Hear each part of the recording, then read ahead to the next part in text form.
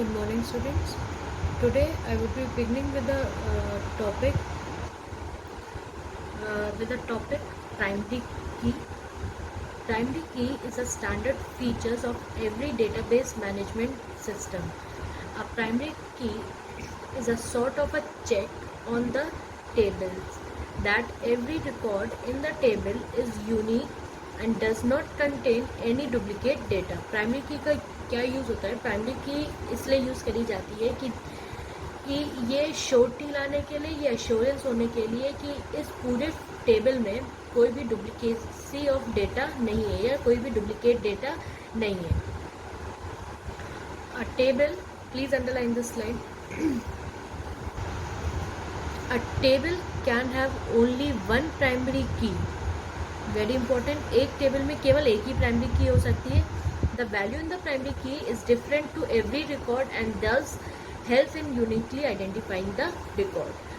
जैसे जो भी प्राइमरी की फील्ड होगी उसमें जो भी वैल्यूज आप एंटर करेंगे वो सारी यूनिक होंगी and thus it help in identifying the record.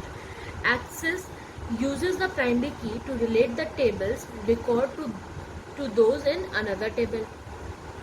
Access uses the primary key to record, मतलब क्या कह रहा है? जो MS Access है वो क्या करता है, इस प्राइमरी की से, मानो एक टेबल की प्राइमरी की है रोल नंबर के फील्ड में आपके पास 1 2 3 4 करके ऐसे 10 नंबर है, और दूसरा आपने ये टेबल 1 है और आपने टेबल 2 में 11 से लेकर 20 डाले, ठीक है, पर लेकिन ऊपर रोल नंबर, इधर भी रोल नंबर है और इधर भी रोल नंबर है. तो आपने, अगर आपको इंटरलिंकिंग करनी है टेबल की, तो मानो आपने एक टेबल 1 में आपने डाला रोल नंबर 1 2 3 और उन सब के नेम डाले, और टेबल 2 में भी रोल नंबर 1 2 3 और उन सब का एड्रेस डाला, तो रोल नंबर की बेसिस पे इंटरलिंकिंग हो गई और रोल नंबर हमारा यहाँ पे क्या है, प्राइमरी की. तो तभी वो बोल रहे हैं कि Access uses the primary key to relate the table's record to those in another table. Let us understand it with example of student table. As well as we all know that each student in a class has a unique roll number which cannot be assigned to any other student. Hence, roll number can be identified as a primary key to uniquely identifying the record. मेरे ख्याल से समझ में आ रहा होगा आप लोगों को. Now, setting a primary key. In design view, click on the field that you want to set as the primary key. The selected field will get highlighted.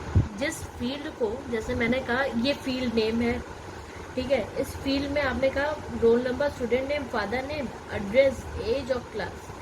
तो आपको पास कॉमन सेंस है कि नेम सेम हो सकता है, father name भी same हो सकता था, एड्रेस भी सेम हो सकता था, एज भी सेम हो सकती थी, क्लास भी सेम हो सकता है, पर रोल नंबर सबके एक साथ नहीं हो सकते. तो जैसे ही आप इस फील्ड को सेलेक्ट करोगे तो ये फील्ड हाईलाइट हो जाएगी. Click on the primary key button present on the design tab और right click on the field and select the primary key option from the context menu. इस फील्ड को select करने के बाद राइट क्लिक करिए और आपके पास एक प्राइमरी की का ऑप्शन आएगा, उसको सेलेक्ट कर लीजिए. The field will be set as the primary key indicated by the small key in the field selector column. ये एक स्मॉल की देख रहे हैं, ये की जैसे ही आप इसको राइट क्लिक करके प्राइमरी की करोगे, एक की का आइकन बन के आ जाता है उस फील्ड के बगल में. Click on the close button on the table window. उसके बाद आप क्लोज बटन अगर आप दबा देंगे उस टेबल विंडो को, तो क्या आएगा, Access displays a message window reminding us to save the changes. Click on the yes button to save the changes and table 1 will close. Double click on the table 1 icon in the navigation pane to open it again. क्या कह रही है, जैसे ही आप इसको close का option press करेंगे तो वो एक मैसेज डिस्प्ले करेगा, do you want to save the changes made in table 1. आप जैसे ही yes करेंगे तो वो जितने भी चेंजेस होंगे वो सेव्ड हो जाएंगे एंड देन आपकी जो टेबल 1 विंडो है वो नेविगेशन पेन में डिस्प्ले करेंगे. अगर आपको उसको ओपन करना है तो आप उसको डबल क्लिक कर दीजिएगा. The primary key is a toggle की. टू रिमूव द प्राइमरी की property from a field, select the field and click on the primary key button. अगर आपको रिमूव करना है प्राइमरी की को तो फिर से आप राइट क्लिक करेंगे और उसके बाद प्राइमरी की पर क्लिक कर दीजिएगा। टॉगल की यहाँ पे टॉगल की मतलब आप समझ रहे हैं क्या होता है? टॉगल की मतलब जैसे आप कैप्स लॉक की दबाते हो, कैप्स लॉक की जैसे ही दबाते हो तो उससे सारे जो भी लेटर्स हैं वो कैपिटल लेटर में आने लगते हैं। फिर आप कैप्स लॉक दबा देते हो तो फिर छोटे से लिखने लगते हैं। मतलब एक ही की का फंक्शन अपोजिट वे में वर्क करता है। वैसे ही प्राइमरी की को प्रेस करने से एक बार कोई भी फील्ड प्राइमरी की का साइन इंडिकेट करने लगती है, पर फिर से प्राइमरी की को क्लिक करने से फिर से वही फील्ड नॉन प्राइमरी की बन जाती है। इसका मतलब होता है टॉगल की। एडिंग अ न्यू फील्ड, अगर आपको कोई फील्ड ऐड करना है फादर और एड्रेस के बीच में तो आप क्या करोगे? Select the table name and click on the view button on the data sheet tab. Select the design view option from the drop down menu. Click on row where you want to add a new field. मतलब जैसे आपको father के बाद add करना तो उस field को click करो। Click on the insert rows button in the tool group on the design tab. जैसे ही जहाँ पे भी डिजाइन टैब होगा वहाँ पे आपको देखिए इंसर्ट रो दिख के आ रहा होगा। ये ऊपर जैसे जहाँ home, create, external data, database tool, वहाँ पे डिज़ाइन में जाकर आपको क्या सेलेक्ट करना? Insert row. और तुरंत ही फिर क्या होता है? A blank row will be inserted at the location where the pointer is placed. Enter a field name and data type for new field that you have added. Click the close button on the table window. A dialog box will appear asking you to confirmation whether you want to save the changes or not. Click on the yes button to save the changes. जैसे कि अभी मैंने आपको बताया कि अगर कभी भी आपको कोई भी चीज़ चेंजेस आप करेंगे तो तुरंत ही एक जैसे ही आप क्लोज बटन दबाओगे यहाँ से तो वो एक टेबल 1 को अगर आप क्लोज करोगे ना तुरंत एक मैसेज डिस्प्ले होगा या एक डायलॉग बॉक्स ओपन आएगा कि do you want to save the changes, and by pressing and by saying yes और you by clicking yes you will save the changes permanently. Press Ctrl+W to save the changes and close the table.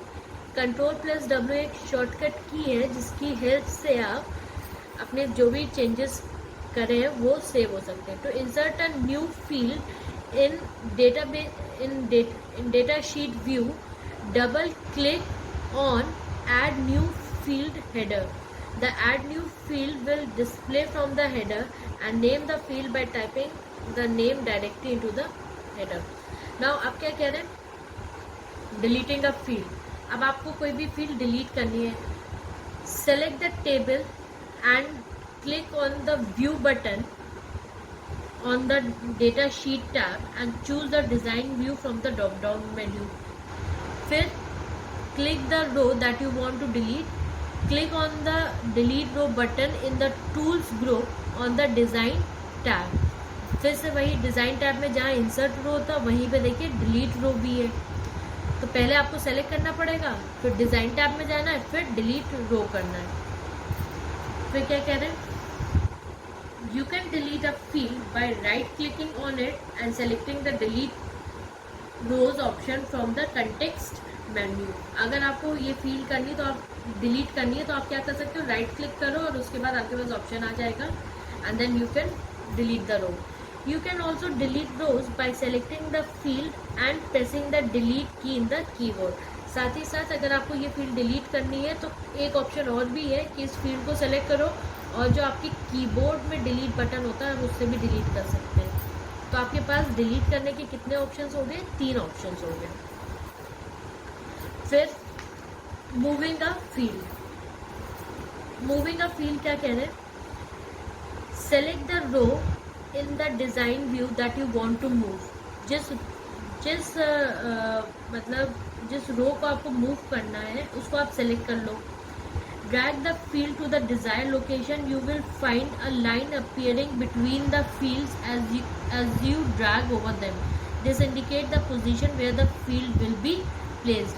As you release the mouse button, the selected field will be placed at the new location.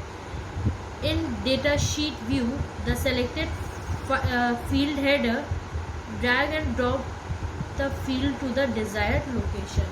अब क्या कह रहे हैं, अगर आपको कोई भी field move करनी है तो उस फील्ड को आप सेलेक्ट करिए और उसके बाद सेलेक्ट करने के बाद आप उसको अपने माउस को ड्रैग कर दीजिए और वो ड्रैग करने से क्या होगा, वो साथ ही साथ आप एक लाइन भी देखेंगे जो अपीयर हो रही होगी, एक लाइन अपीयर हो रही होगी उस फील्ड के साथ साथ। और उस जैसे ही आप उसको ड्रैग करेंगे, जैसे ही आप अपने माउस का लेफ्ट बटन छोड़ेंगे तो वो जो आपकी फील्ड है वो उस न्यू लोकेशन में प्लेस हो जाएगी and this is known as moving a field. आज इतना रखिए, इतने गो थ्रू होइए, उसका कोई प्रॉब्लम हो तो मुझे बताइएगा। Thank you for today class.